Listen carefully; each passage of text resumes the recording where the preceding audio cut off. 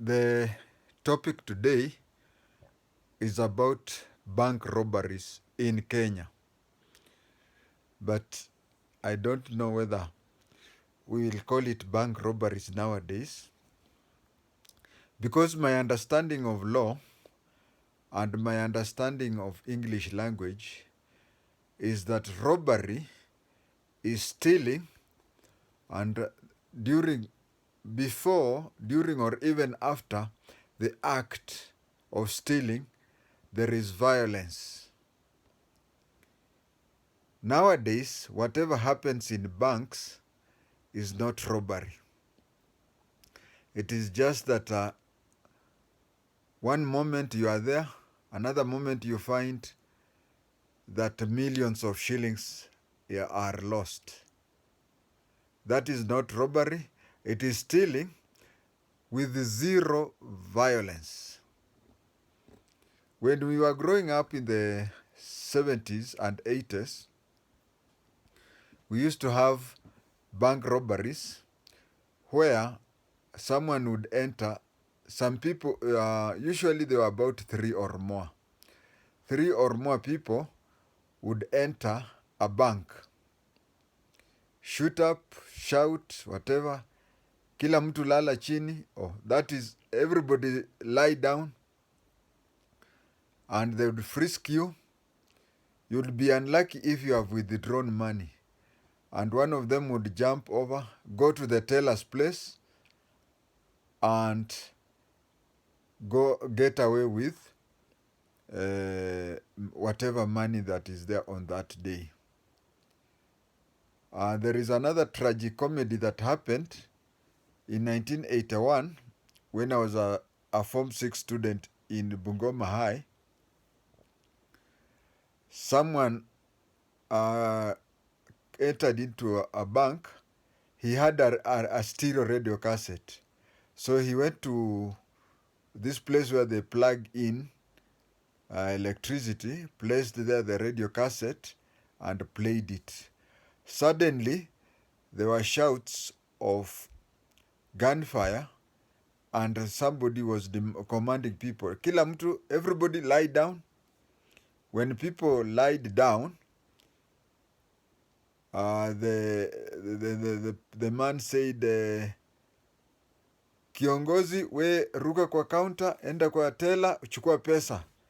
So somebody jumped up, went to the first teller, picked all the money the teller had, went to the second teller and the third, and after collecting the money, and still there were gunshots, then he left the bank and took away, took off with a vehicle. But then the other person was still telling people, "Where sijui nini nini," and people are wondering, the first thief has gone away with money, and the second thief is still around. What is happening? So when they turned, they saw the compact cassette was rolling, and so it was only one robber who had stolen the money, and he was using the tape as a backup. So during those 70s and 80s, there used to be a lot of robberies and instances where people were shot dead, be they robbers, be they police officers in response, or even customers in a bank, or even other bystanders was there in Kenya a lot. But nowadays, we are having a new type of bank stealing. I'll not call it bank robbery. And that is why I'm going to give a few examples. One time in South B in Nairobi, B for Bravo, some people noticed that there was a vehicle belonging to one of the cash in transit security companies that was lying idle for a very long time. And long time is not hours, maybe a day or two. It was reported to the police, and when they checked the vehicle, they found that it had that money slip, that piece of paper that binds money notes together. But there was nobody. Raising up the cash in transit company, they found out that the vehicle had left and it could not be traced, and it had picked USA dollars, and the crew were nowhere to be found. A few days later, somebody was in Busia. When he was in Busia, he looked. Those days they had not started this thing called. There were few motorcycle boda, but a lot of them were bicycle boda. So he approached a bicycle boda person and asked him if he could assist him to cross over to Uganda with these plastic bags, several of them. This boda person assisted him. He showed him the Panya routes where they went to Busia in Uganda. Upon arriving in Busia in Uganda, they made several trips, and he looked for a place for accommodation. That is where they were taking the plastic. Out of curiosity, this manual bicycle person looked into one of the bags and saw a lot of money that was binded together. He picked one bundle and hid it in his chest. And then he continued assisting this person crossing over. This person paid him in Kenyan currencies. When he was paid in Kenyan currencies, he went back to Busia, but he took Busia, Kenya. But he took one leaf of the money, which was written $100. When he took the $100, he went and changed it. At the border, and in those years when we didn't have money changers, he went and took one of them.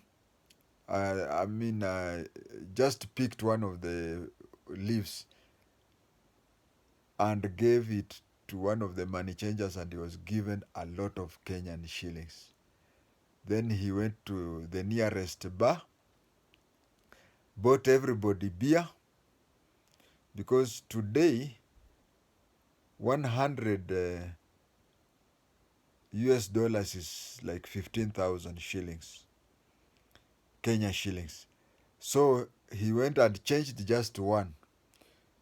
And when he changed one and he got 15, he bought everybody in a bar beer.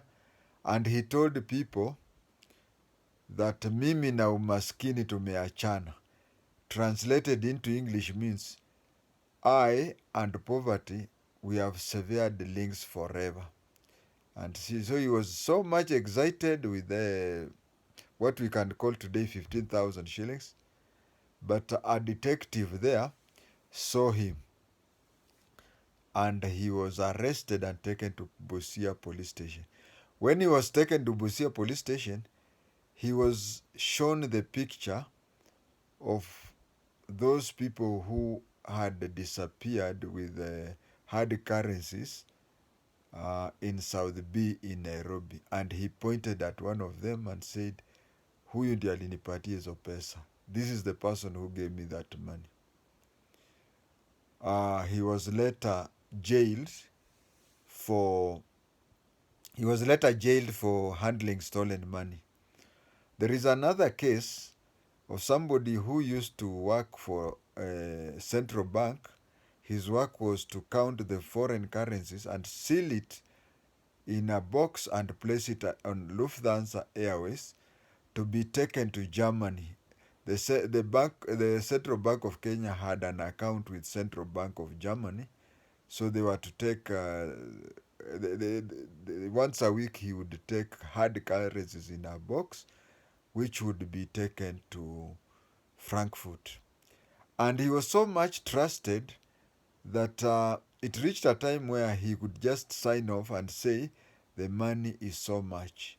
He formed an opinion. He was from Moranga. Musiseme mi ni mtu wa ukabila. He was from Moranga. He went and dug a sort of a septic tank. And he applied their nylon there. He applied a lot of these insecticides and whatever. Then he came back to Nairobi. On the day that he was supposed, the day that he cleared a box to go to Germany, he took out some, and he did, the Askaris had trusted him, they did not check him. He went to his house in Kibera, Olympic. When he went to Olympic, he took a taxi driver. No crime is perfect, because he took this taxi driver all the way from Nairobi to Moranga and told the taxi driver not to move out of his vehicle. This man went to the septic tank, placed there the dollars, applied a lot of insecticides, knowing very well that he was going to be jailed, and the day he will come out here, he will have a lot of hard currencies. When he decided that, he came back to Nairobi. One thing the taxi driver found it funny was that how can I take a person from Nairobi all the way to Moranga and he does not enter any house? He just goes to a shamba, and then from there he came back. That was a source of a leak to the intelligence and to the detectives. When the box went and reached Frankfurt, it was found that it had less money. So they sent a message and told Nairobi that, are you sure you send all the money, because we can only find 90%. The detectives tried to talk to him. He said he had filled in all the forms and he had done all that he was required. So he said that he doesn't know that. But the detectives, what they did, they went to his home and found his mother and then talked to his mother. If you want to convince a man, talk to his mother. The mother came crying and saying, wakorowe na bia shiado de he morio. Shokia bia ishokwe ene. Doka nyite bia itare shiaku. If you happen to have other people's money, please return the money to them. Do not touch any. He was touched with the mother's pleadings and he surrendered the money and he was taken to jail. Then there is another case of Omondi who took money and went to Tanzania. At that time, when he took that money, he was considered to have taken the most money in Kenya's history by then. He went and stayed in Tanzania for a few years, up to 3 years, and then he came back to Kenya. Of course, his picture had circulated. When he came back to Kenya, he was arrested.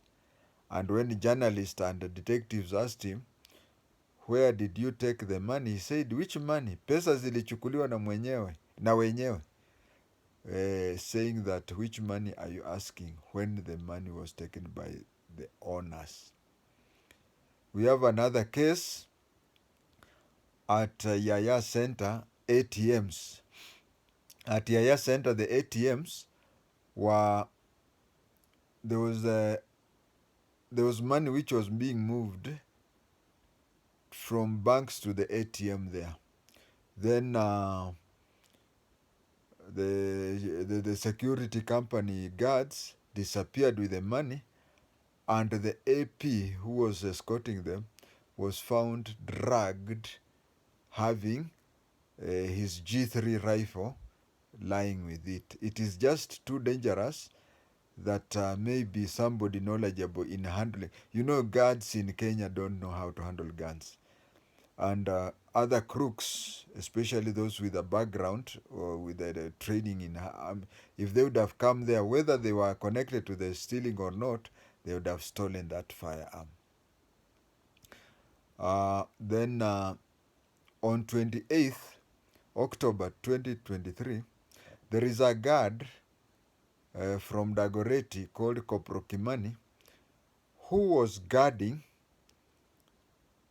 Sidiani head office. He was guarding Sidiani head office, and on 28th October 2023, between 10, it was a Saturday, between 10 and noon, for 2 hours he was not away, he was not guarding.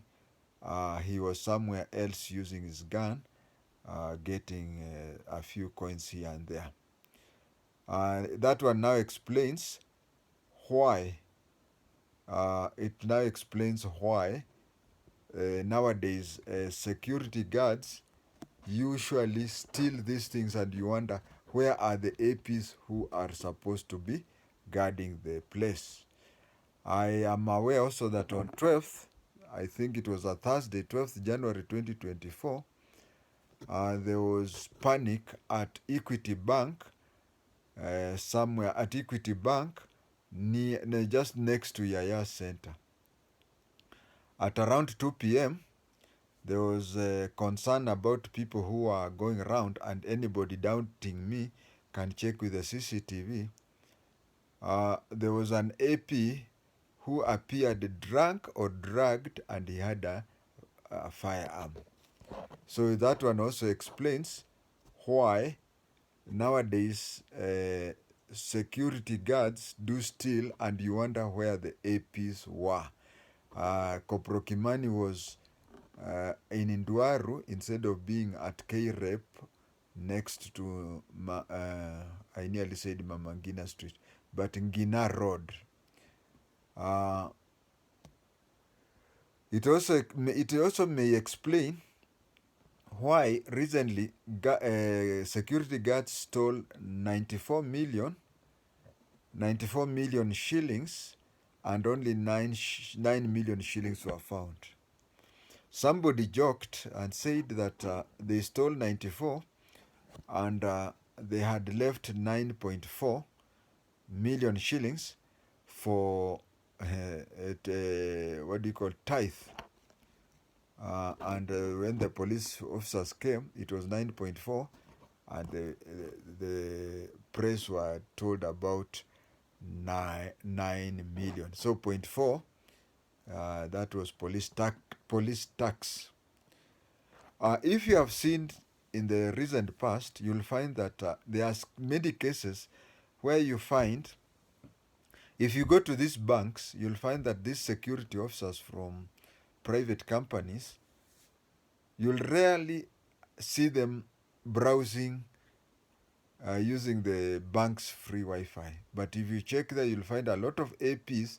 These things, if you Google, it has featured a lot in social media, where administration officers, police officers, are seen browsing their phones using the bank's free Wi-Fi.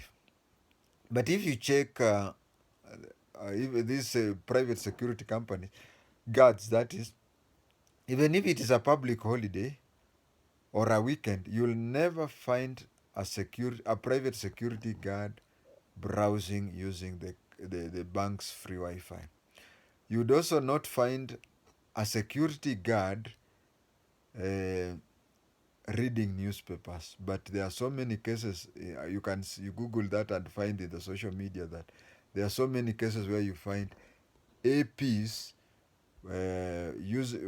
browsing using free Wi-Fi and also reading newspapers. This one now calls for Fazul.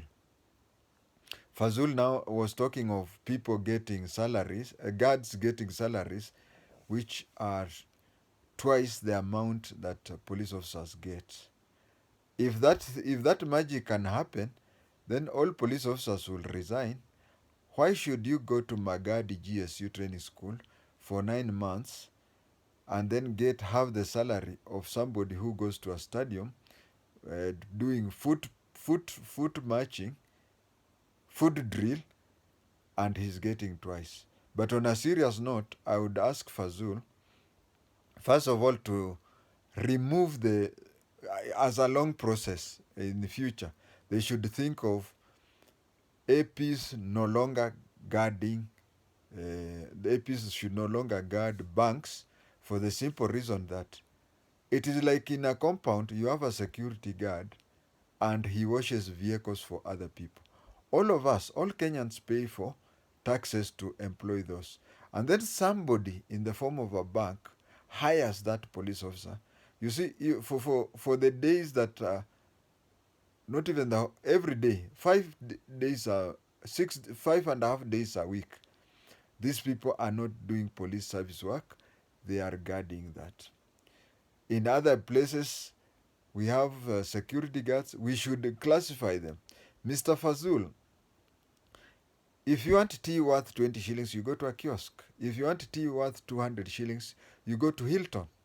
So we should also have classification of security where those who are guarding gated communities get 10,000, 15,000. But those who are in cash in transit are classified as grade 1. They can get even 40,000. Grade 2 are those guards who are guarding the static at the bank. Grade 3 with guns, that is armed. Then grade 3 are those static guards who frisk people as they enter but they are not armed. Then around, is it grade 4 or 5, should be these guards whom you stay in a plot and decide that every house will contribute so much for the amount of this guard and give it to those small companies.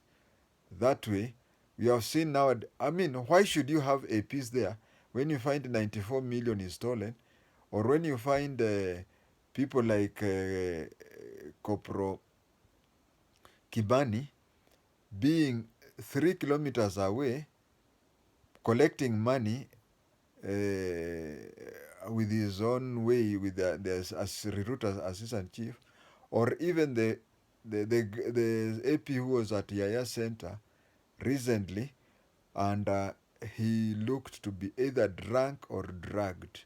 I think in the long run, CIPU, the Critical Infrastructure and Protective Unit, should only guard uh, government seniors, government people, and senior and government buildings. But for the matter of guarding banks or any other places, whether armed or not armed, this thing about the form that is called hire of police for private use should be discarded once and for all. Thank you.